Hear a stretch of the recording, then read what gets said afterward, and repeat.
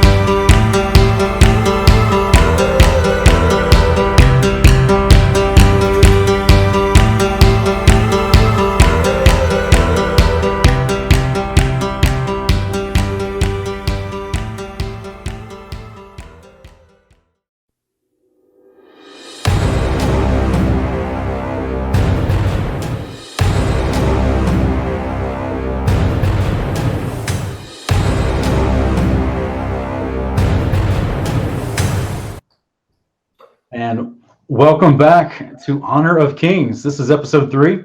I'm Sean Griffin, along with my co-host Ken Heidebrecht. How's it going, Sean? Hey Ken, how you doing this week?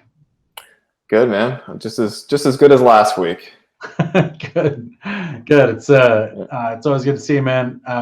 We had a good episode last week. We really dug in to chapter 7 and 8 of Enoch, and this week we're going to get a little further. Start off with chapter 9. Last week we got introduced to the fallen angels, and well, I say fallen, but it's kind of a generic term we've used from church over time. The rebellious angels who descended in the days of Jared on Mount Hermon to come and take wives for themselves, and many of them actually did more than that. Many of them taught mankind some special skill sets, taught them things how to, and as a result, the text says it just created lawlessness, corruption, godlessness, and so we read about that last week. And this week we're going to get into some of the good guys, right? We're going to introduce to some of the good angels. That's correct. Yeah, there are some good guys who genuinely care about Yahweh's laws and His holiness and portraying it through their own actions, and them being ministering spirits that they are. They care about us, and they cared about the characters during the days of Enoch Chapter 9 that we're going through, or 8 rather. And we're going to see them kind of interject here, and it'll be good times, Sean. Sounds great, man. All right, well, let's just jump right into it. For everyone watching, though, we want to thank you for watching. What we kind of decided to do is, if you have any questions during the show, make sure you just put them in the comments. We'll try to address them as we can. 2 of the best questions each week we're going to take, and we're going to try to answer those, in the next episode, basically. So just keep that in mind, and that way because a lot of people will ask, really good questions in the comments, and not everyone gets to see those questions and those answers because not everyone participates in the comments. So that's what we decided to do going here forward. Now, if you've never seen Honor of Kings, the whole purpose of this is that we're looking at the books that have been removed from the American canon of 66, and we're looking at these to test them and to make sure that we can line up the themes introduced, the characters, the theology that's being taught. We can line that up with the American canon of 66, and we can try to discern whether or not these books were taken out for good reasons or bad reasons, right? Whether they were taken out because they didn't match up, that would be a good reason. But if it's taken out because it does match up and it gives us more insight and it makes it more clearer, then that would be a nefarious reason, possibly, that these books were taken out and removed, and then this canon of 66 was pushed as the only scriptures there are, when in fact there's a ton of other books out there, and many of those books used to be in the collection of scriptures we call the Bible. So that's what we're doing. We're looking at these other passages, we're comparing them, and they have a lot of interesting things to say. And currently we're in the Book of Enoch. So thanks for joining us, guys. Hey, Ken, do you want to start out reading chapter 9? Yeah, absolutely, man. And before I do, I just want to say I concur with that. I'm coming more and more convinced that nefarious reasons for removing a lot of these books are because they just contain so many answers that the American canon I-66 just either are a little obscure about, or just are completely they don't mention anything about it. So I'm becoming more and more convinced that these books, which Enoch says at the beginning of this specific book, is going to be useful for the generation in the latter days.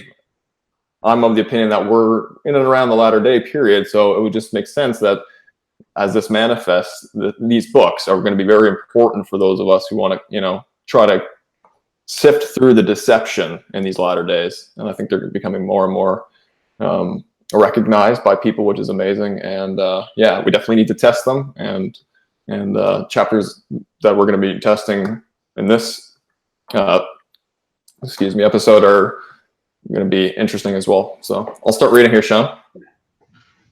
Sounds good, man. All right, we're going to start with Enoch chapter 9, guys. Yep. And then Michael, Uriel, Raphael, and Gabriel looked down from heaven and saw much blood being shed upon the earth, and all lawlessness being wrought upon the earth.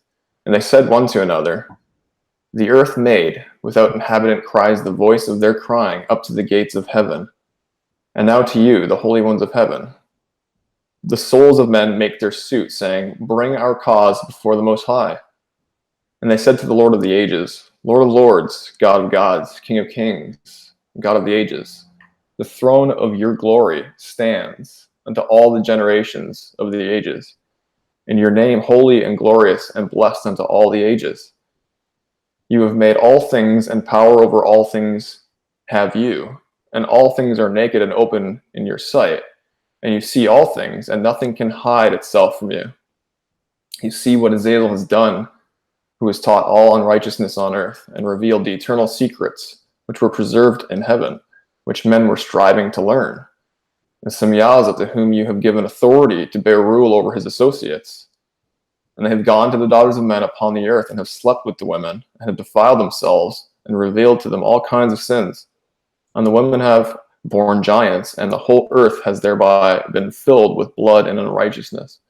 And now behold, the souls of those who have died are crying and making their suit to the gates of heaven, and their lamentations have ascended, and cannot cease because of the lawless deeds which are wrought on the earth. And you know all things before they come to pass, and you see all things, and you do suffer them, and you do not say to us what we are to do to them in regard to these. So yes, we have these angels who are concerned about mankind now. They're not part of the group of the 200 that we were talking about in the last episode, who had nefarious agendas. These are ones who want us to thrive in the earth and to be in relationship and covenant with Yahweh. And so they're concerned, and they're bringing their the petitions that they're hearing, interestingly enough, from souls of men who have been part of the corruption in the earth, who have, it says in the previous chapter that all the corruption that was taking place, these people were being destroyed. They were utterly being destroyed, and there was just uncleanness being taught and being practiced, and whole earth was being corrupted. And so they're presenting all these things before Yahweh. I think it's fascinating to see in verse 1, we get that the four angels are mentioned, looking down from heaven and seeing the lawlessness. And part of their conversation in verse 2 says, they said to one another, the earth is made without inhabitant, cries the voice of their crying up to the gates of heaven. And verse 3 says, and unto you, the holy ones of heaven, the souls of men are making their suits, bring our cause before the Most High. And so it's interesting that the souls of men are making suits in this in this conversation. Yeah. We only see that in American Canon of 66 in the Book of Revelation, chapter 6. I believe it's verses 7 through 11 or something like that. And where it's talking about the souls that are crying out for vengeance, saying, when will you avenge our blood? And we're actually going to read more about that concept in Enoch 22 as well. But this is the first introduction to that idea in chapter 9 of Enoch, where we get these ideas of souls who are being affected by lawlessness on the earth and bloodshed, meaning they're dead, right? And this is what Enoch 22 expounds upon that these are souls that have been killed because of lawlessness, and that they're making suits to anyone that will hear, basically, is the way it's coming across. But it's also the angels are saying, look, we're hearing their cry, and they want us to bring it to the Most High, right? Yeah. Do we pray to angels? No. I just want to make that clear. No, we don't pray to angels, and then I don't think that's what's happening here either. I'm just saying that these guys, because the angels are, as we're going to read in later chapters, I think it's chapter 20, and actually gives us these 4 guys, it gives us their job duties, and explains what they're in charge over.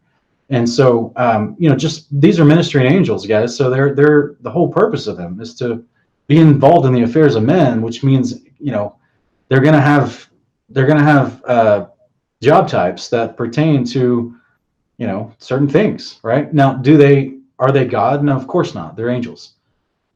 Are they the Son of Man? Are they the Messiah? Of course not. They're angels. I just want to make sure people don't get confused by this. But because, again, like I said at the beginning of last episode, this is just the first 10 chapters of Enoch. We're laying out, it's introducing a whole bunch of ideas that's going to explain itself later. So stick with us, okay, guys? And this is one of those ideas. It may seem confusing at first. This is not advocating prayer to angels at all.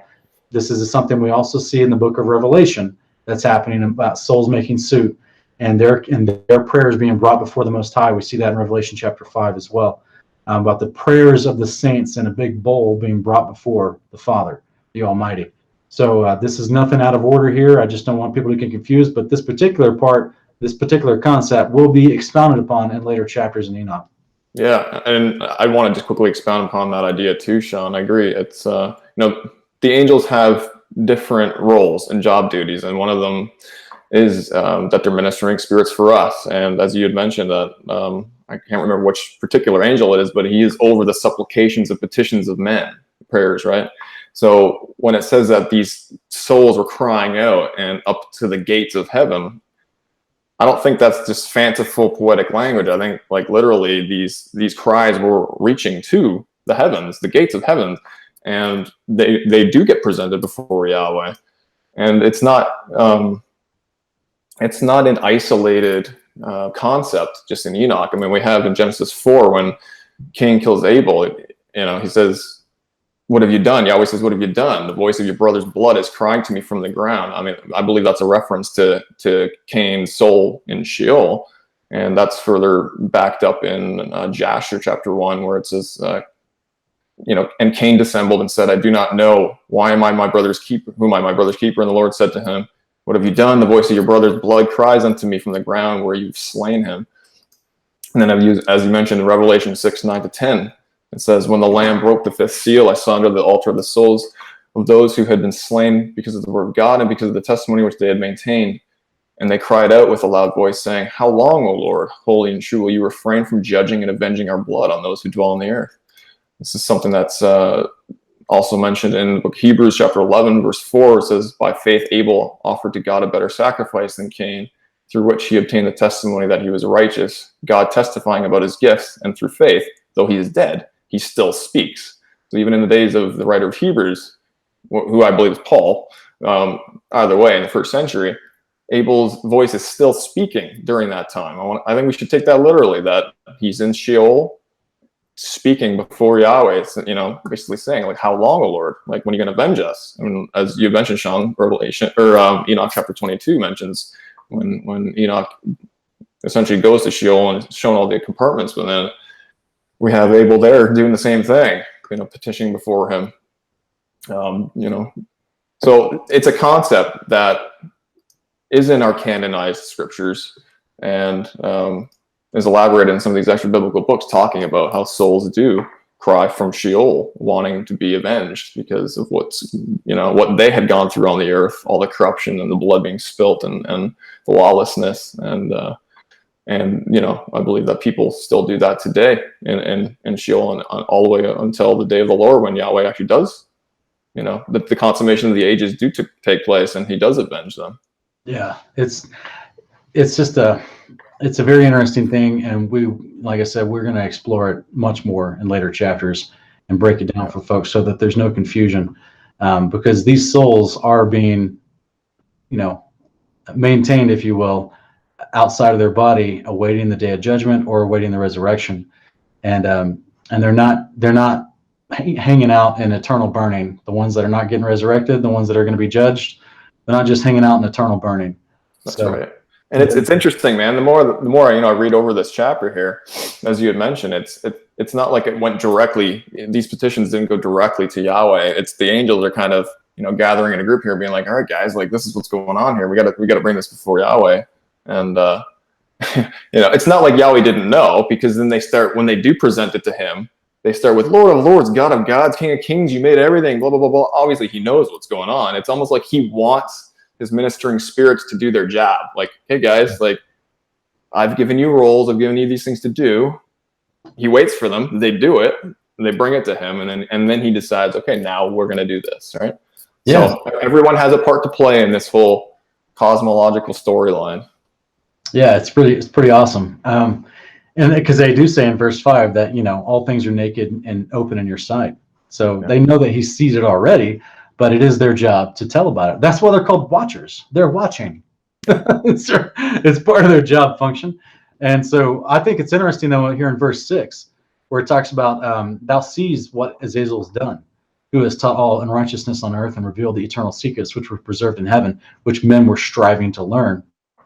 And Samyaza, to whom you have given authority to bear rule over his associates. So it's almost like it differentiates that Azazel is not an associate of Samyaza. Yes, they're both angels. They both rebelled. They're both in the mix. But as far as being like, it's almost saying that Azazel is not under the authority of Samyaza, which is kind of an interesting dichotomy there. Both being spoken of separately. And I just think it's interesting. Yeah, there's a bit of a binary thing going on there between the two characters, And of course, it reiterates what we talked about last time, that these rebellious angels took daughters of men, slept with the women. It just clearly says it right here, defiled themselves.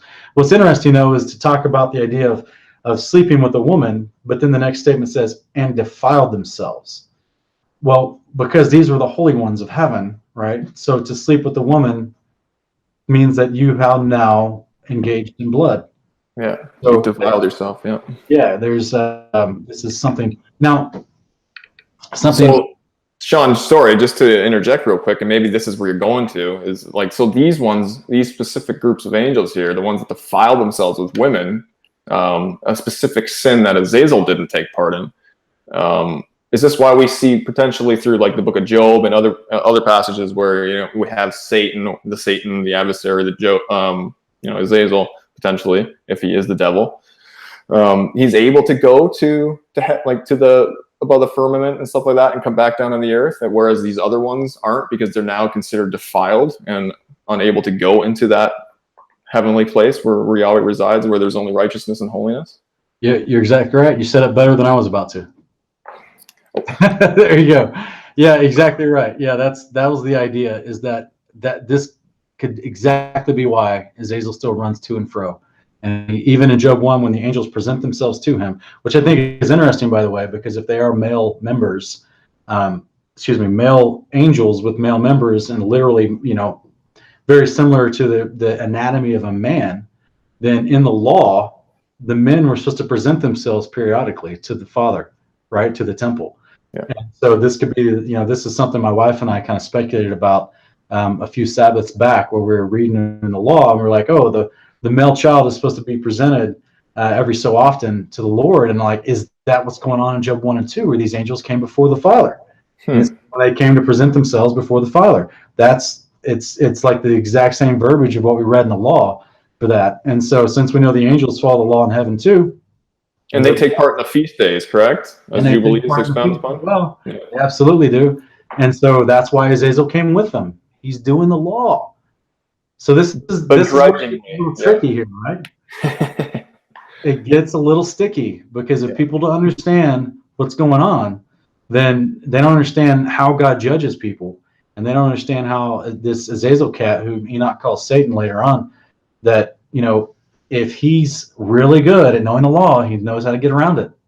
He knows just enough to obey, to not get somehow kicked out of access to certain places, or he knows just enough to suggest to get other people to do sin, but he doesn't actually do it himself. You know what I mean? Yeah. So we're just seeing that these little inklings that he did teach unrighteousness, as this verse 6 says. And he did teach these eternal secrets. But the men were already striving to learn it, it says, right? So they were willing. He didn't force it upon them. Yeah, that's an interesting little detail to note. Absolutely. Yeah. Yeah. So you know what I envision in my head, and this is complete conjecture. This is just, I just want a blanket disclaimer here, guys. This is just me conjecturing upon, how this would practically play out. Because I'm a guy who's an aspiring author and a novelist. And so when I read these brief summaries, I always think about, like, what does that look like if in reality? Like, how are you going to write that? How would you express that to where it seems plausible? And it says that he taught them eternal secrets and unrighteousness, but men were striving to learn it already. So, okay. So the way I view it is just like he does with everything else. He drops the suggestion, you want to learn it now. So he doesn't just sit there and grab your hands and show you how to make shields and breastplates and weapons and antimony. He just does it in front of you and you watch. And suddenly he hasn't done anything for you. He may not even give you, maybe he's making a sword in front of you. He doesn't even give it to you, but he just lets you watch him do it.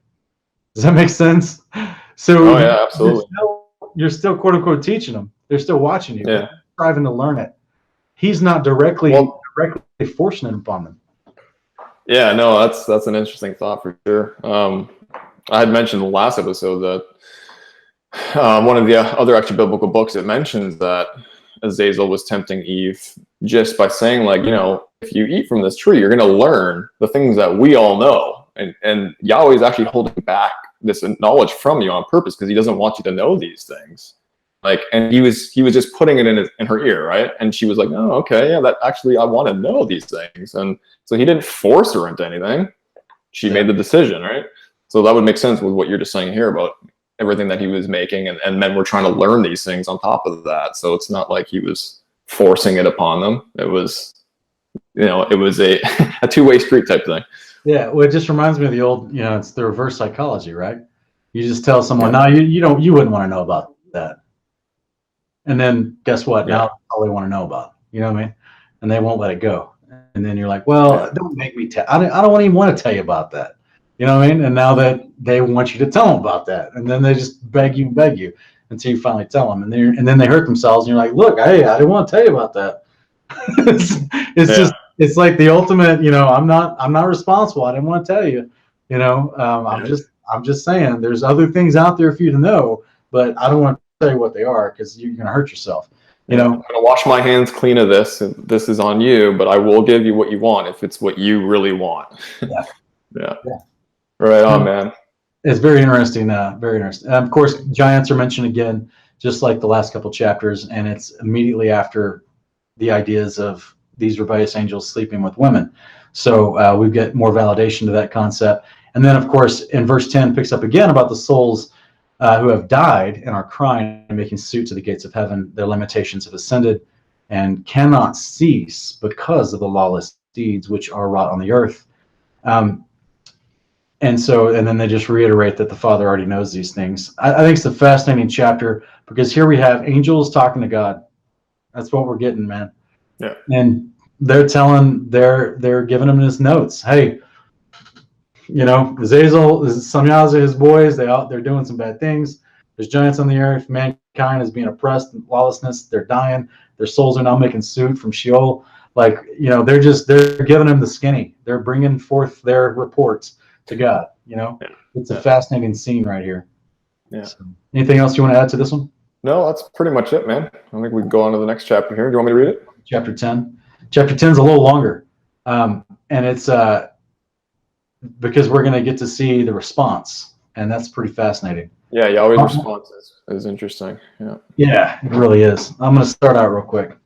It says, chapter 10 of Enoch says, Then said the Most High, the Holy and Great One spoke, and said, Uriel to the son of Lamech, and said to him, Go to Noah, tell him in my name, hide yourself, and reveal to him the end that is approaching, that the whole earth will be destroyed, and a deluge is about to come upon the whole earth, and will destroy all that is on it.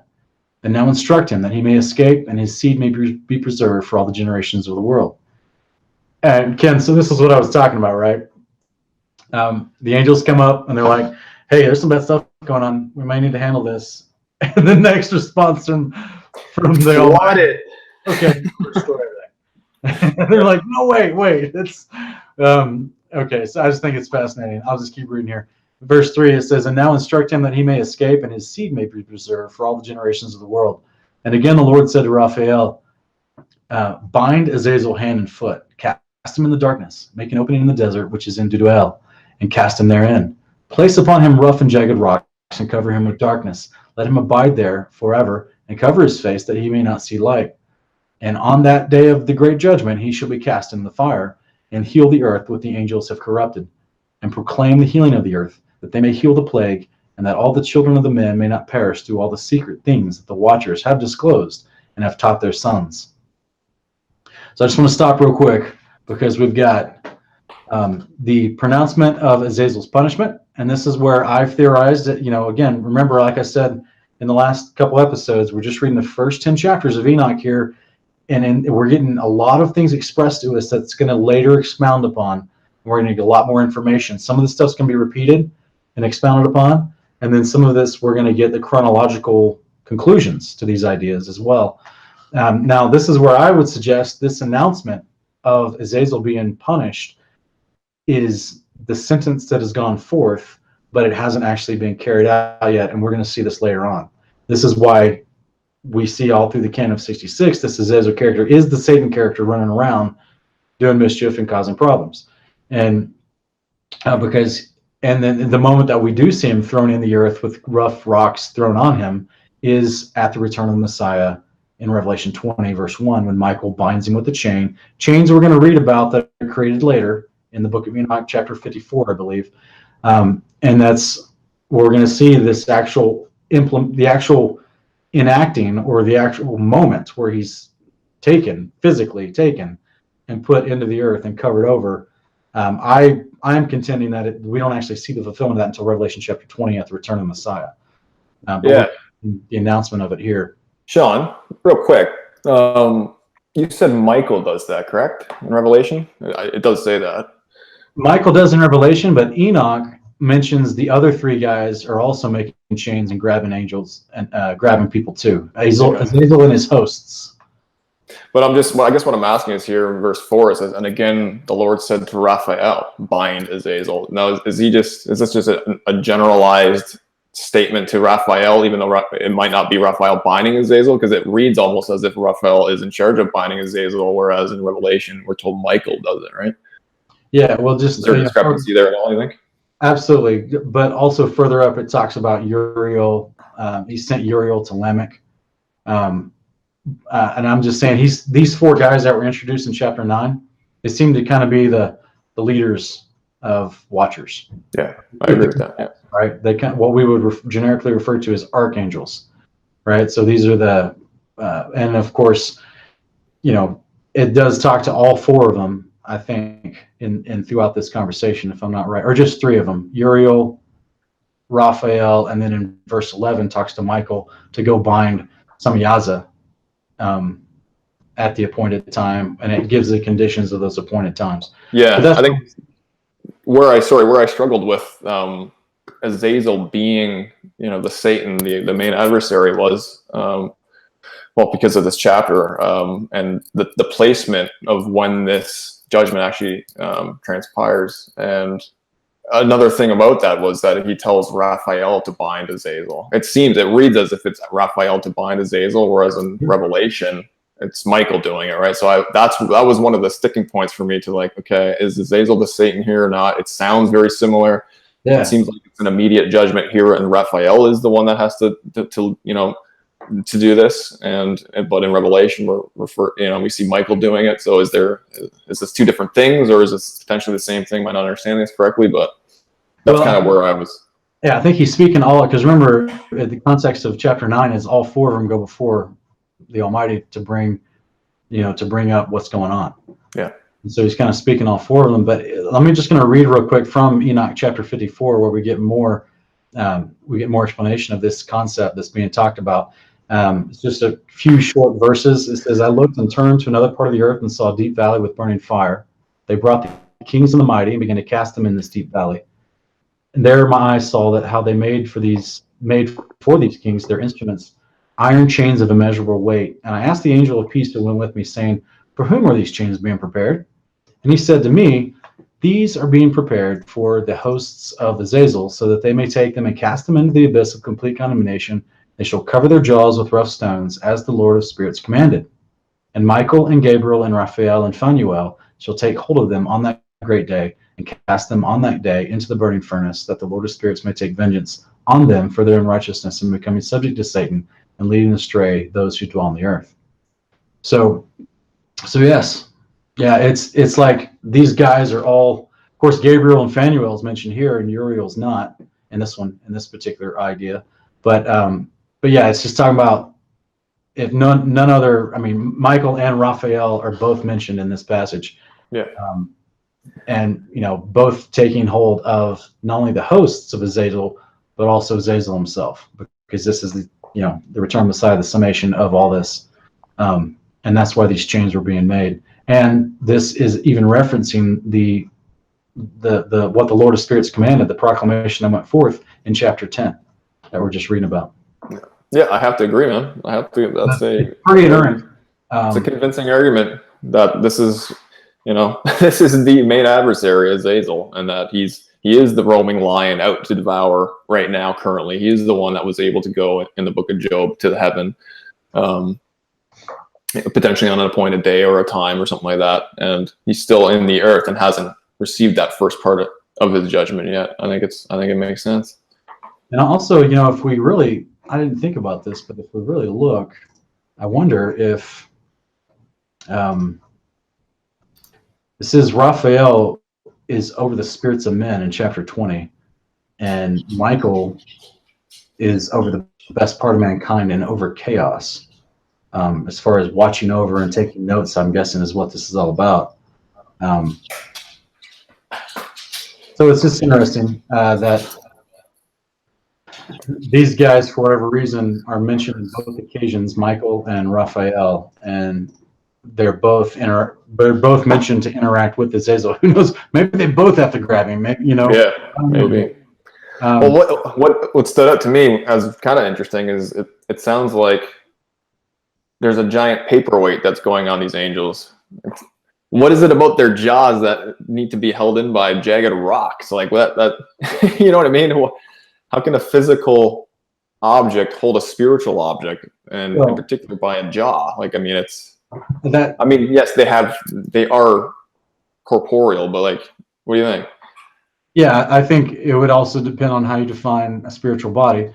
Scripture defines a spiritual body for us as one that can move like the wind, right? It can move in and out of rooms. It can fly. It has apparently more capability than this body that we are currently existing in. One's called, Scripture calls our body presently a body of corruption. Yeah. But once we put on this spiritual body that has apparently different capabilities. So there must be something to the properties of the jagged rocks that is kind of like Thor's hammer in a way, Well, I was going to say it could be the chains. It could be the properties of the chains that are met that can actually, keep the body from moving out of the chains. Yeah. I don't know what that looks like or what that is, but it's very interesting that in all occasions, both Enoch 10, Enoch 54, and Revelation 20, they have a chain with them. You know what I mean? Yeah. You're like, what would that do to a guy who can walk through walls? Like, that shouldn't matter. But they're wrapped in chains and thrown in the ground. So they're clearly something special here. Something's going on. Yeah. Yeah, interesting, man. So it makes sense that if Azazel knows that the first part of his judgment is coming up, we're told that he ramps things up in the earth, right? He knows that his time is short and he's starting to freak out. And so Revelation 12:17, and there's some other things that are happening there. I personally, without going into a full on discourse on Revelation 12, I just feel like it's a summary of events over many years, over a span of time. And so the moment where we see he persecutes those who keep the commandments of God and the testimony of Jesus in verse 17, and that he knows his time is short, he's filled with wrath and fury, right? Is because something specific happened that leads to the 42 months of the reign of Apollyon. He's about to come out. The devil's furious. that there's a lot of stuff happening in the last 42 months, and that there is, I think that's why the devil's furious. He's been sentenced a long time ago, and he knows this day is happening. And so when it finally starts to get close, he just, he goes full bore, right? Yeah. And to me, that's where he's fulfilling the punishment that's announced for him, is because he goes out and he's persecuting people like never before. So to the point where he's given his authority to the beast and the image of the beast, and they're going around killing people. So it's very interesting. Very, yeah.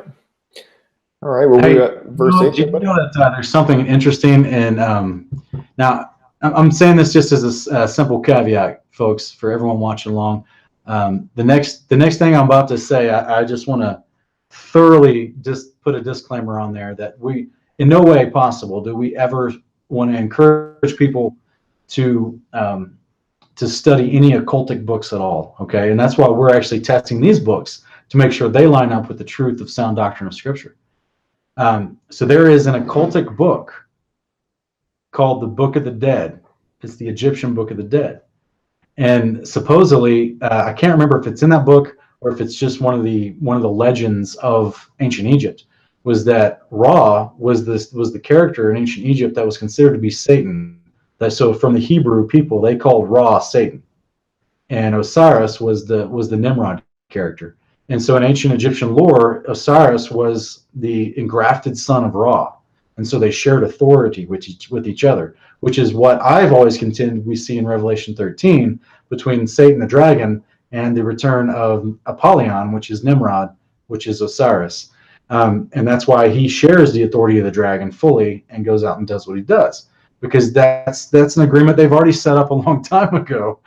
So, but there's an interesting caveat in their ancient legends, is that there was the eye. Everyone's always seen the Eye of Osiris and the Eye of Horus, or the Eye of Ra. It's kind of attributed to all. I think the Eye of Horus actually is the right side, and the Eye of Osiris and Ra is the left side. Either way, the eye and its symbolism is always attributed to the authority and the power and the overlooking of Ra, right? So Azazel's a watcher. We got an eye who looks, right? The all-seeing eye who's watching, okay? So all the symbolism lines up here, but the point is, there's an ancient story how at one point Ra released the eye, and this is the terminology gets really interesting, because it talks about how he released the eye of Ra and it went around killing people, and he had to pull it back because people started complaining. It got crazy. It got out of hand. It was massacring people in Egypt. And so he had to pull the Eye of Ra back. And that reminds me of Revelation chapter 13, where it talks about how the image of the beast was given the breath of life, was given, created, came alive, and it went around forcing people to worship the beast or be killed. And it was killing people. So I don't know if it's the same thing as what was in the past, but I think it's a very interesting parallel, and it's just really hard to find any information on that, because that's ancient Egypt and so unreliable. It's not like Scripture, right, where we can have multiple texts to line up, and we can see things that teach the theology of God, so we know that it's divine Scripture. I do not claim anything about the Egyptian Book of the Dead to be divine from God. It's the occultic Bible, in my opinion, or the first one, I should say, the first occultic Bible, in my opinion. And I don't suggest anyone read it. I just think that it's an interesting parallel from that era, that we see something very similar happen in Revelation associated with this character Azazel, whom I believe is Satan. So, very interesting. That's fascinating, man. Yeah. Fascinating. Right on. So I think we were in verse 8, and this is where it gets really interesting. In verse 8, because Azazel gets the brunt of all blame. All right, so verse 8 says, "And the whole earth has been corrupted through the works that were taught by Azazel. So to him ascribe all sin." And that's a huge statement. Very. And it's one that puzzled me when I came across that for several years. When I first started reading the Book of Enoch, I was like, that is an interesting attribute to be ascribed to. All sin is ascribed to this one guy, Azazel. I was like, well, what about Satan? What about the devil, the main adversary? What about him? Right? He leads the whole world away from, Yahweh's kingdom, essentially. And it's like, why wouldn't that be ascribed to him? What is it about this Azazel guy? But the more we peel back the layers of Enoch and understand the context and the time qualifiers of who Azazel is, it makes perfect sense that this is who we're talking about, Satan, the main adversary, and that all sin being ascribed to him is appropriate. It's very appropriate. And then it makes more sense in Leviticus 16 with the whole atonement thing, and the scapegoat, all sin laying onto him and then going out into the desert as symbolism for what's to come type thing. Yeah, is it a coincidence that the Hebrew word for scapegoat is the word Azazel? No, I don't believe so, buddy. It's crazy, right? It's crazy that we have this idea that all sin is ascribed to him. So in Leviticus 16 in the law, the idea there was they wouldn't even kill the scapegoat, the Azazel goat. They wouldn't kill him. The other sacrifice that was brought, they killed that one, right? But the Azazel goat, they confessed their sins over it and they released it out into the wilderness. And I think that's fascinating because they're putting their sin on him and pushing him out into the wilderness. And that's very similar to what we see, that he's now there's even further speculation that he was thrown off a cliff somewhere, that he was actually corralled to a cliff and thrown off. But I think that's fascinating that we have the same symbolism here in the pronouncement of judgment for Azazel. All sin is ascribed to him, and he's going to be taken to put in a hole in the ground. In the desert, in the wilderness. Yeah, in the desert. Yeah. So it's like all the same components are here, and that's part of the judgment for him. And when he's gone, sin is gone, and there's peace on the earth, and the Messiah is reigning for 1,000 years. Yeah, amazing foreshadowing. Right, all that symbolism is already there in the law. And it's just amazing. Mm-hmm. Really amazing. So verse 9 says, "And to Gabriel said the Lord, proceed against okay, we'll just go ahead and do it. We'll bleep this one out. Yeah, we'll bleep it out. And to Gabriel said the Lord, proceed against the bastards and the reprobates and against the children of fornication, and destroy the children of fornication and the children of the watchers from amongst men, and cause them to go forth. Send them one against the other, that they may destroy each other in battle. For length of days shall they not have. And no request that they, their fathers, make of you shall be granted unto their fathers on their behalf. For they hope to live an eternal life, and that each one of them will live 500 years. And the Lord said to Michael, go bind Samyaza and his associates, who have united themselves with women, so as to have defiled themselves with them in all their uncleanness." Okay, I got to stop real quick because there's so much in this chapter. Verse 9, the Father tells Gabriel, these watchers, now we're going to address their offspring, and that they're not going to live forever. They're only going to live 500 years, and that you're not going to grant any requests made by their fathers, the other watchers, the rebellious angels. So, and then he tells Even though they try, don't they? They do try. We're going to find out when they do try and all the details surrounding that. and apparently they cry when they're told no, which is what? Like that, talk about, bringing it into a reality of personalization of character. Yeah. Like these guys have real emotions. Angels have real emotions like us, like real entities like we are, they're not just blind robots doing the Father's will. They have choice, they have free will, and they suffer the consequences emotionally of those choices. And here we have verse 11, though. The Lord tells Michael to go bind Samyaza, his associates, who've united themselves with women. And this is what I was saying, Ken. This is another distinction between Azazel and Samyaza. Yeah. So it deals with Samyaza, then it goes and deals with the Watchers and their offspring, and then it specifically focuses on Samyaza and his associates, the other Watchers that are listed off. And again, specifically, without including Azazel, tells them how they were united themselves with women. So it's very, very plausible to theorize that Azazel did not take a wife. Yeah, absolutely. Yeah. And I never thought that when reading this in context either, that he was associated with the mischievry of Genesis 6. Just that he was a potential, rebellious dissenter that kind of maybe coached them into making the decisions that they did. But he wasn't part of the mischievry. That's pretty wild. And when their sons have slain one another, this is verse 12, guys. When their sons have slain one another, talking about the offspring of the Watchers, this is talking about the giants. They have seen the destruction of their beloved ones. Bind them fast for the 70 generations in the valleys of the earth till the day of their judgment and of their consummation, till the judgment that is forever and ever is consummated. So, Ken, this is the big controversial verse. Yeah, this is interesting. Lots of theories surrounding this verse. This is the one, man. This is one that I've heard of that is very fascinating, but I think when you take into, when you look at the surrounding context here, that it doesn't quite work, but it's fascinating, is that during the specific time that this judgment was, rendered on these angels, 70 generations, place them in the earth for 70 generations.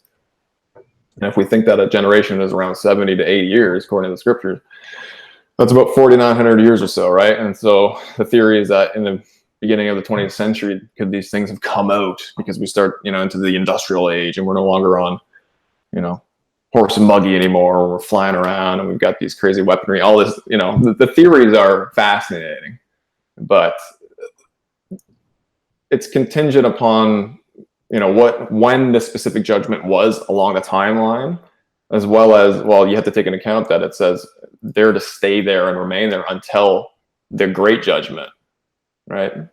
So that doesn't say they're going to be released for a small time and then put back in as Azazel or Satan is. Satan is bound for 1,000 years, released, and then he's, further judged with the ultimate judgment. But it doesn't say that about the other angels at all. It just says that to remain there until the day of judgment, which is the last possible, fullness of the judgment.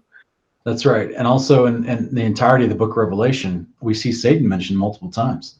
We see out of the abyss and out of the pit in Revelation chapter 9, Apollyon returns with 200 million associates of Apollyon.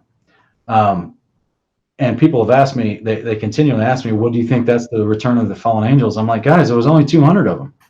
There's not 200. And they're not procreating in the abyss. Yeah, they're not. So of course, so we read on later about who these unclean spirits are that come up with them. These are these Nephilim spirits. That's where they come from, is these giants whom were created during the days of Noah and possibly afterwards. Their spirits are called unclean, meaning that they're different. They're not like the spirits of men, so they don't exactly behave in Sheol exactly the same way. And apparently, according to the Book of Jubilees, 1/10 of all the spirits of the giants that were killed in the flood, 1/10 of those spirits remained on the earth under the authority of Azazel for the purposes we see them in the gospel, where they were oppressing people, tormenting people, causing sickness and disease. And Noah had to deal with them as well. And he prayed about them and got a response to them and was given a book of medicines to counteract the diseases they cause. Jesus was just casting them out left and right. We even know the famous story about Legion asking Jesus, don't send us to the pit. And then in another version, I think it's in the version in Luke, they asked Jesus, have you come to torment us before the appointed time? Yeah. They're actually taunting the Son of Man. You know what I mean? Are you going to break the law? Because the appointed time's not here yet. So I think it's fascinating that even these unclean spirits know the timeline of judgment that's coming. And they're intentionally were let, 1/10 of them, I should say. So that, who knows how many there originally were to begin with. But 1/10 of them were intentionally let out. And it is the 200 million that come up. The other 9/10. With these crazy chimera style bodies, which the more we study chimeras, we know they're just host bodies that are created for these spirits to inhabit. And that's where is that the 1/10? If that's true, what are we talking about? 20 billion? What is that? Or 2 billion, right? It's a lot. It's a large number. It would be the full 100% if just 1/10 is 200 million, right? That's insane. And that's where you have mathematicians that have always tried to figure out the growth rate of people before the flood to determine a possibility of population count before the flood.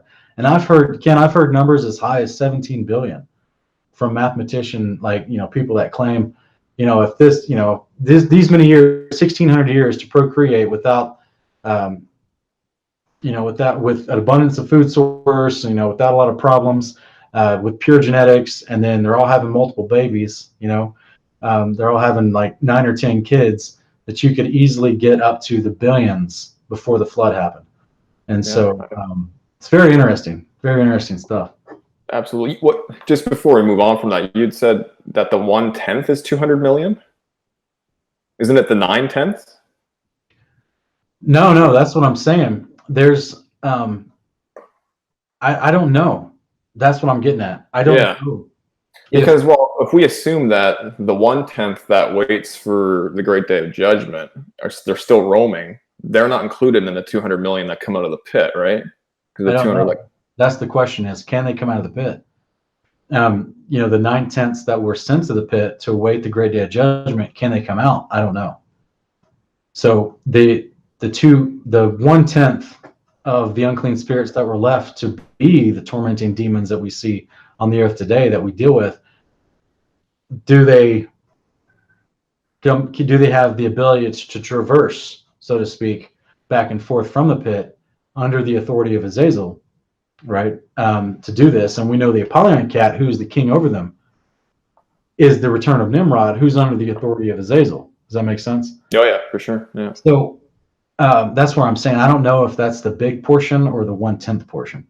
But if it's the 1/10 portion, then that means there was a lot of giants that lived before the flood that died with unclean spirits that were sent to, you know, to a holding cell to wait the great day, which I believe is the end of Revelation 20, verses I think it's like 11 through 15, where it talks about, you know, the great white throne judgment after the 1,000 years, where everything is brought up now and put before Messiah, and he judges everything, small and great, you know. And so all the bad guys, and as well as all the good guys that lived and died throughout the 1,000 years, who would need the second resurrection.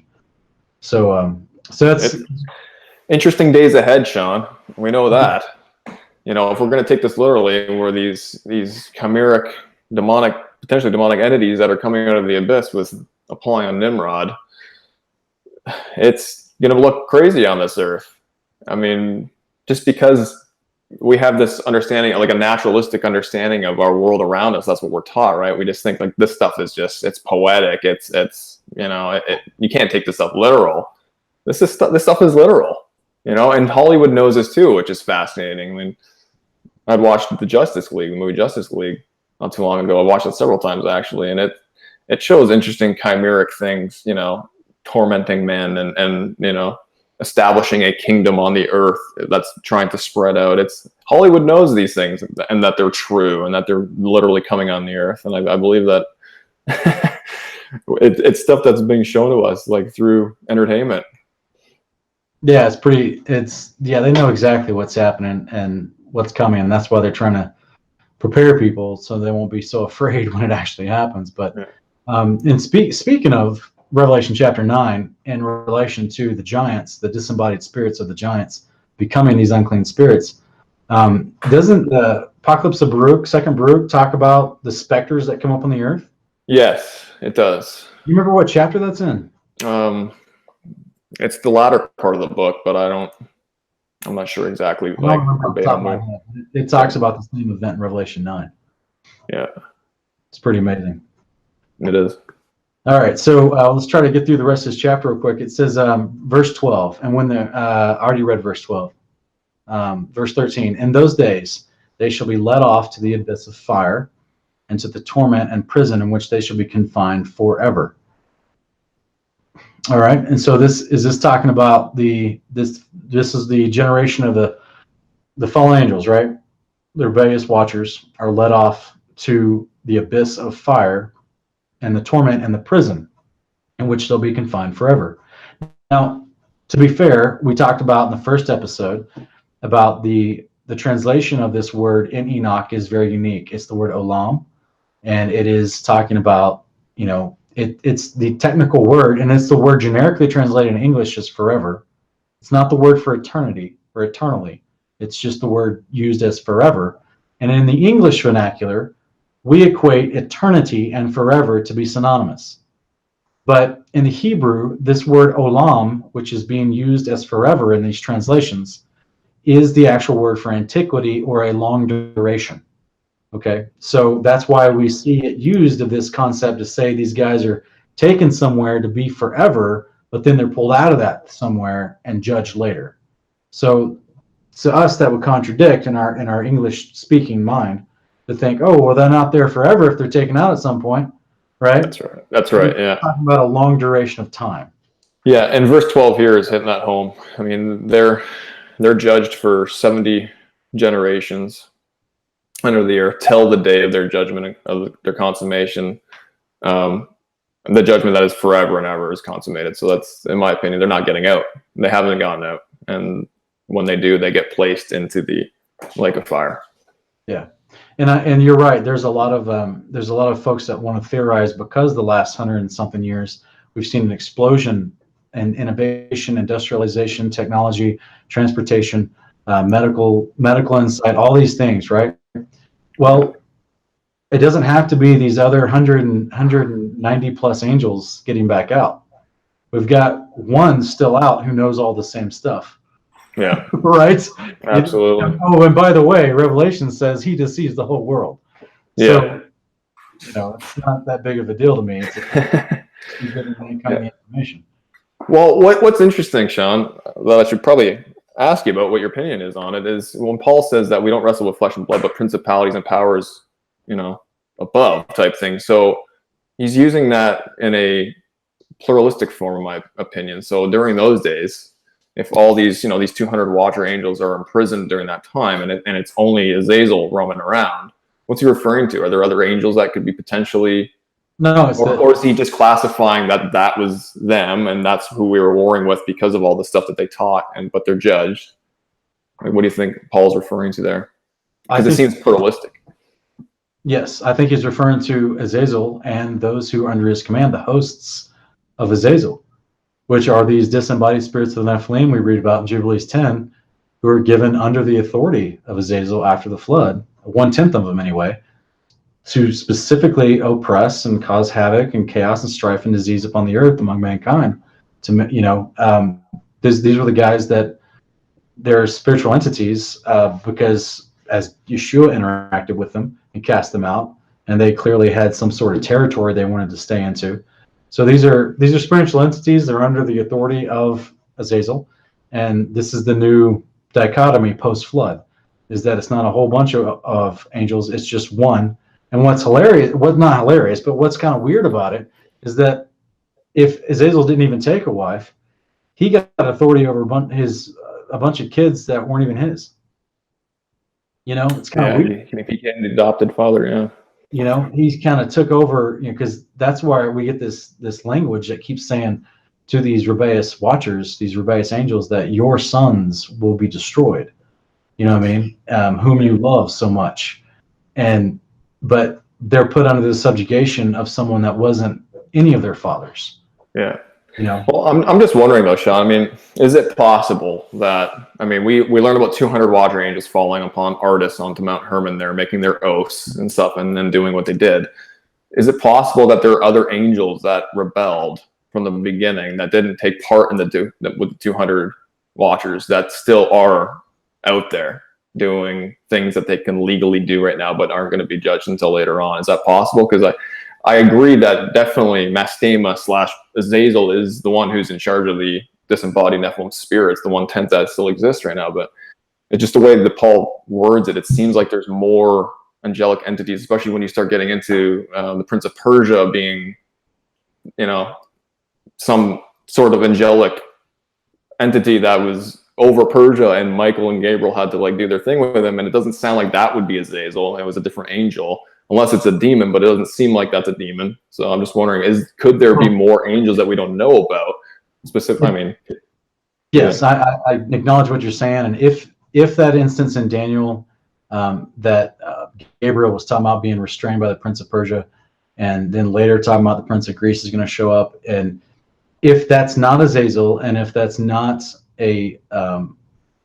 another rebellious angel, then that's some sort of wickedness in high places of a principality that would be referred to as a demon. How does that actually work out as far as them having to be able to restrain an angel? I don't know. Are there other angels that could have mirrored the behavior of Azazel and participated in rebellion, but not to the point of being judged like these other watchers who took wives. Yes, I just don't see it told to us anywhere, is the only problem. You know what I mean? The only thing I see that can be confusing for a lot of folks is the Greek translation of the word angel in the book of Revelation. And in the book of Revelation, it talks about, Satan and a third of his angels are being, I need to find the verse real quick, but it talks about angels. They're cast down, right? They're cast down. Angels with Satan being cast down in the book of Revelation. Now, the word angel just means messenger. It's a very generic word, but we give it a very specific mental picture. Yeah. So I think that a lot of people really need to be aware of what that word means, because it's the one doing the bidding of, or the one that's, carrying this ideology or thought or message. So just because an angel looks like a man, like a good angel looks like a man, apparently, even to the point of being circumcised. So that's why they're always spoken of as a man in Scripture, whenever they show up and interact, right? They're not, but yet they're somehow a different class of being. They're referred to as angels, but they're always doing the biddings. That's why they're also called the Holy Watchers, right? So it's like these terms are being applied to them for their position and not always for their genus or species, if I could put it like that.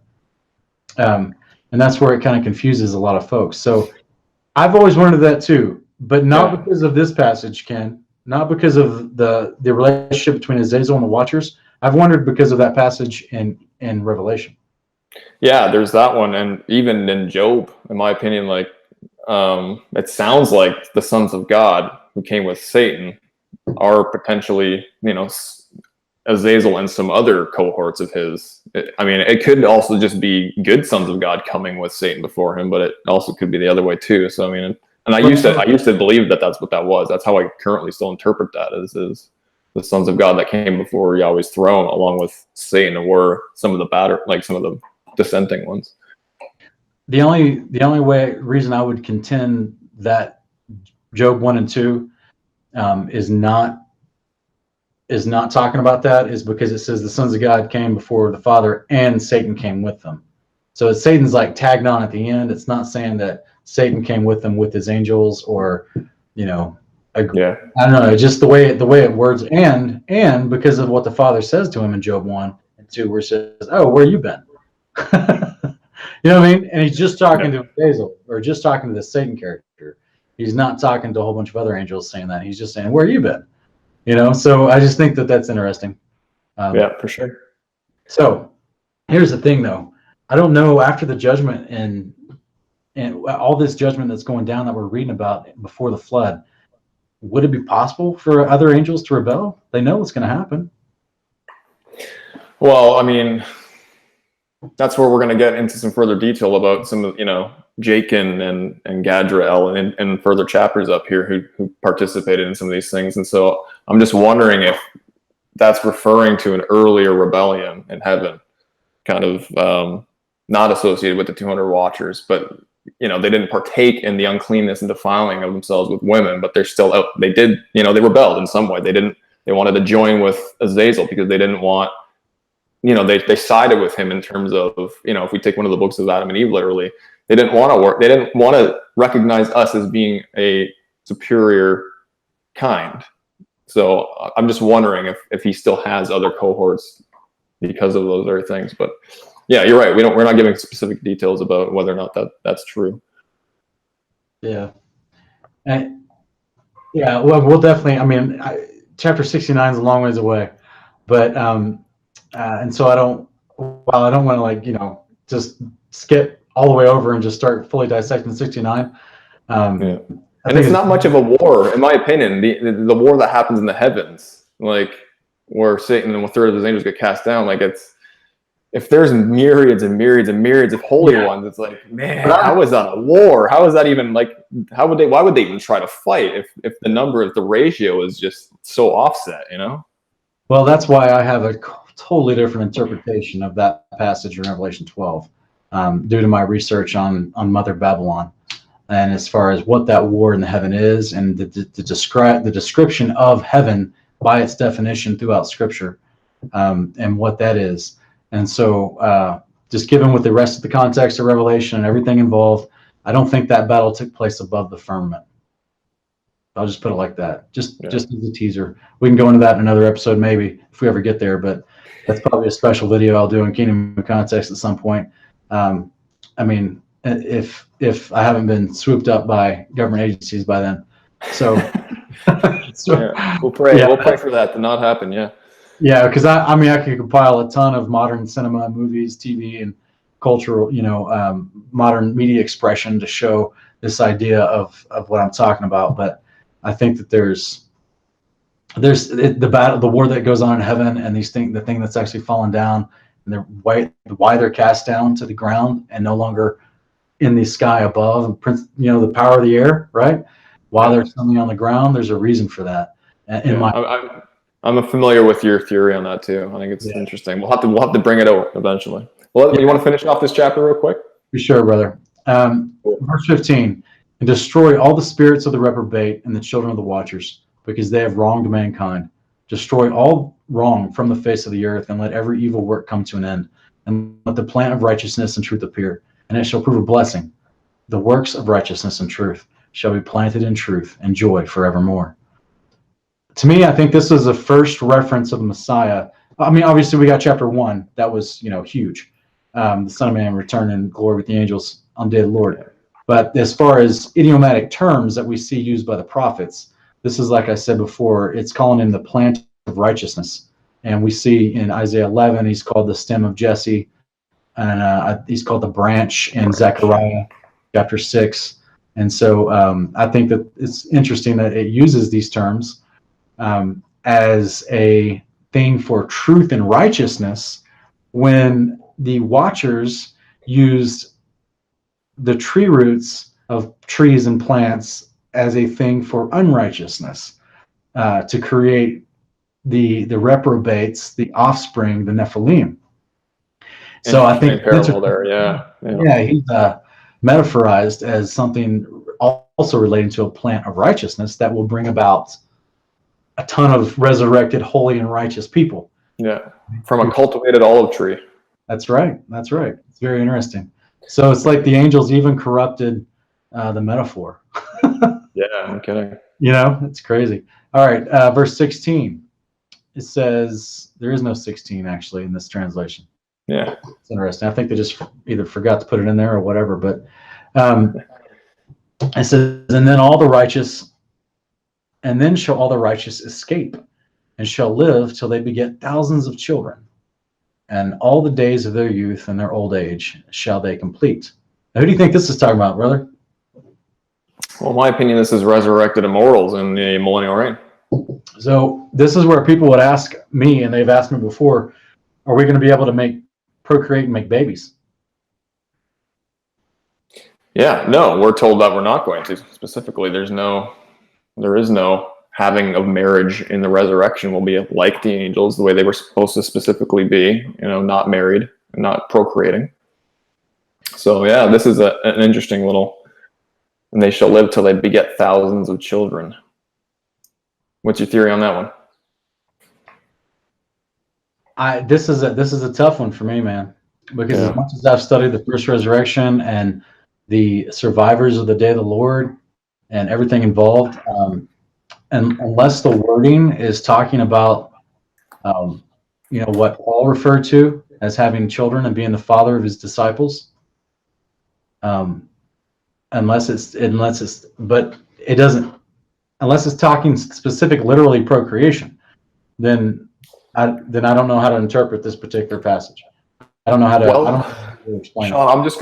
I'm just gonna refer quickly to a different version here that has the word children in italics, which would mean that the translator decided to put the word children in there. But we'll see what we got here. And then shall all the holy ones give thanks and live until they have begotten 1,000. So then they add children, while the whole period of their youth and their Sabbath shall be completed in peace. Could this be referring to 1,000 years? Yeah, in this translation, it definitely has the inclusion of the word old age added by the translators. So that was not in the original text. So you're saying your version says, and then shall the righteous and the holy And one. then shall all the holy ones give thanks and live until they have begotten 1,000. And then they add children. It could be 1,000 years or something. I'm not. It doesn't make sense to begot 1,000 years. What doesn't really grammatically make sense, but right. And we know, but the word children is added, and we know that we're not copulating in the resurrection. So unless, is this referring to some of the? Could this be referring to the outsiders of the nations that lived through that time? Well, in any way? I mean, even then, are you begetting thousands of children? Are we talking about offspring? I mean, here's what I'm saying. Is the word children included originally? If it's not, then that could be saying something very different anyway. It could be saying, and they live till they beget 1,000, meaning this idea that we're not dying, we're living to 1,000 years and older. Just an idea there. Yeah. Days of their youth and their Sabbath they shall complete. That lines up with the resurrected body in the millennial reign. Yeah, for sure. So it could be an inclusion of a couple words in here, as we see the translators put in, that are causing this confusion in this passage. But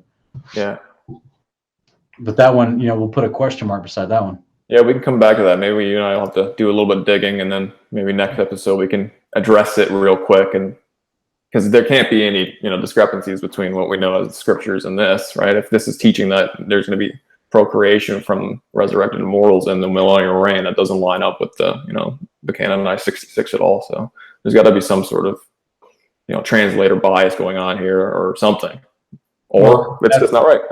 Thankfully, that's why some of these translations do put either brackets or parentheses, or they're bold. They'll put it in bold, a word that's actually been inserted into the text to make sense of the sentence from the translation. From to the English. Does that make sense? Because if you read Hebrew, it would already make sense. But to translate over, that's where we get the term lost in translation. You get the idea of, in the English mind, that's where they're having to insert words, and sometimes it can be the wrong word, or it can insert and create, different ideas. So that's why we always want to look at things in context. So let's look at verse 18 real quick. And then shall the whole earth be tilled in righteousness, and shall all be planted with trees and be full of blessing. And all desirable trees shall be planted on it, and they shall plant vines on it. And the vine which they planted thereon shall yield wine in abundance. And as for all the seed which is sown thereon, each measure of it shall bear 1,000, and each measure of olives shall yield 10 presses of oil.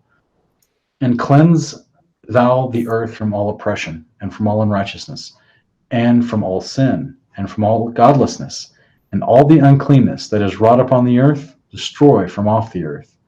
And all the children of men shall become righteous, and all nations shall offer adoration, and shall praise me, and all shall worship me. And the earth shall be cleansed from all defilement, and from all sin, and from all punishment, and from all torment. And I will never again send them upon it from generation to generation forever. What a beautiful promise. Yeah. And those last couple of verses definitely line up with what we see in the scriptures. Yeah, there's no doubt there. I mean, Isaiah 2:2-5 says, "Now it will come about that in the last days the mountain of the house of Yahweh will be established as the chief of the mountains, and will be raised above the hills, and all the nations will stream to it. And many people will come and say, Come, let us go up to the mountain of Yahweh, to the house of God of Jacob, that he may teach us concerning his ways, and that we may walk in his paths. For the law will go forth from Zion, and the word of the Lord from Jerusalem. And he will judge between the nations, and will render decisions for many peoples. And they will hammer their swords into plowshares, and their spears into pruning hooks. Nation will not lift up sword against nation, and never again will they learn war." Because why? Azazel's gone, right? The guy who taught all the nations these things is removed from the picture. He's no longer, a part of it, and it's going to go away, which is amazing. That's incredible. And we have it doesn't take long. Set him in Isaiah 60 verse 3 says, "Nations will come to your light, and kings to the brightness of your rising." The light of his Torah. I mean, it's amazing. And as well, Micah 4:1-2. "And it will come about in the last days that the mountain of the house of Yahweh will be established as the chief of the mountains, and it will be raised above the hills, and the peoples will stream to it. Many nations will come and say, Come and let us go up to the mountain of Yahweh, and to the house of God of Jacob, that he may teach us his ways, and that we may walk in his paths. For from Zion will go forth the law, even the word of the Lord from Jerusalem. So, And we yeah, see that's definitely. we see that paralleled in later on Enoch 25 and 26, where Yeah. it talks about Mount Zion is taller than all the other mountains, and that the king's, the King of Ages, the Lord, will sit on his throne, will be on the top of it. In fact, apparently the top of the mountain is shaped like the throne. In addition, It's huge. to actually be in his throne, but there's all these beautiful trees planted around it, as well, in like what looks like a wreath fashion. Which could be, why the enemy wants to mirror that with his satanic wreath that we see all throughout, Greek literature and even in symbolism today everywhere. A lot of people may not know that, but that's the wreath of, Zeus. We see that wreath underneath things all the time. It's a symbol of authority and power of kingship. It's the Caesars would wear wreaths too, wouldn't they? Caesars wore the wreaths. That's right. Yeah. So that was an ancient pagan concept, but we see a literal application of that around the king's throne in Zion, around Yeshua's throne, the real wreath of power, the real King of Kings, the real Lord of Lords. So it's very interesting. And we see that in Enoch 25 and 26, which parallels everything you just read beautifully. So yeah, that's the end of chapter 10. And I think that, chapter 11 and 12. We can quickly even go through 11, I think, 12 if you want, because they kind of tie in, right, to what we just discussed. Do you want to do 12 as well? How long is that one? It's looks like 4 or 5 verses. Yeah, we can end with that one if you want. Okay. Yeah, I'll read 11 there. Okay, cool. All right, and in those days I will open up the store chambers of blessing, which are in the heaven, so as to send them down upon the earth over the work and labor of the children of men. And truth and peace shall be associated together throughout all the days of the world and throughout all the generations of men. So Sean and I have discussed a couple times, we both believe that, the Sabbath, the seventh day that Yahweh set apart from the beginning of creation, the same Sabbath that we are to remember to keep holy and set apart, is essentially a remembrance and a foreshadowing of what's to come in the millennial reign, right? When it's peace, when we have established a covenant of peace, where we're not laboring and we're not under the rule essentially of the God of this world, Azazel. He's gone. He's removed. We have peace. That's right. That's why there's no war. That's why the earth is being healed from the river of life coming forth from the throne within the New Jerusalem. That's why the leaves of the trees that grow alongside the river of life are used for healing for the nations. You got free health care. Isaiah 55 says, come, all who thirsty or hungry, come get your food, your drink, your healing. Ezekiel 47, Isaiah 55, Revelation 22, all of it's about the New Jerusalem, the Zion. It is a place everyone wants to be near and around. All the worlds encamp around it. All the nations come and encamp around it. Now, there will be a time during the millennial reign that we'll go out and rebuild the cities that have been destroyed. That talks about that in other places. But ultimately, in the beginning, after the Messiah returns initially and sets down this New Jerusalem, 1,500 miles squared, that all the nations come and encamp around it because they want to be there. It's got free food, free water of life, and it's got free healthcare. And you've got the holy resurrected ones, us, running around inside like little light brights. And then you've got all the angels moving around doing their thing. And you've got the King of Glory, right? So you've got an eternal God chilling on the earth, amongst men. And that's why I think it's Isaiah 62, it says that the New Jerusalem is referred to as the city whom the Lord is there. That's like its nickname. And so everyone wants to be there. They get it. And there's no peace. There's no fighting. People are learning ways of righteousness, as you already wonderfully read. And then, of course, I don't know exactly what the store chambers of blessings are, which are in heaven, but they're coming. So that sounds good. I don't know exactly what that is, but it's better than the store chambers of hell that are used for the wicked on the day of the Lord. So I think that's great, whatever that is. Yeah, absolutely. Yeah. We could be eating manna again, angels' food. Yeah, wouldn't that be crazy? That's an extra biblical text that makes an allusion to that. That could be one of the storehouses that gets opened. That would be cool. Thanks for joining us, guys. Was episode 3 of Honor of Kings. We dug deeper into the interaction between the good angels that had to best address the activity of the bad angels and how they brought this before the Father, the Most High, and what his response was. And we get to see the judgments pronounced, and we get to see promises for the future when the Messiah comes and the resurrection. I mean, it's just a lot of fun material in here. And I hope that everyone enjoyed and was edified. I hope that you were reading along with your Bibles out, because we referenced other books in the Bible as well to compare it to. And we just hope that this is a blessing to you guys. If you do like what you're seeing and hearing, make sure to like, share, and subscribe. If you haven't subscribed to the channel already, just tap the bell. And this way you'll be notified when new videos come out. And we plan to bring these out every Saturday night. Okay, that's going to be our weekly schedule. So thanks for joining us. Hey, Ken, you want to say goodbye to everybody in this episode? Yeah, no, thank you. You said it beautifully, man. It's I get edified with these conversations, Sean, and I really hope that you guys do as well. I mean, the more we discuss these things and just elaborate and break open some of the details that aren't taught in mainstream theology, it increases your hope and your faith in the promises that come. The more we understand, the more it's going to increase our faith. It's natural, right? So I really hope that this does what it does to me for you guys. I mean, like I said, I get edified with these conversations, and yeah, we look forward to more episodes coming. Thank you again for joining us, everybody. And join us here next time, next Saturday night for Honor of Kings. We'll pick up more in the Book of Enoch. See you guys next time. Bye-bye.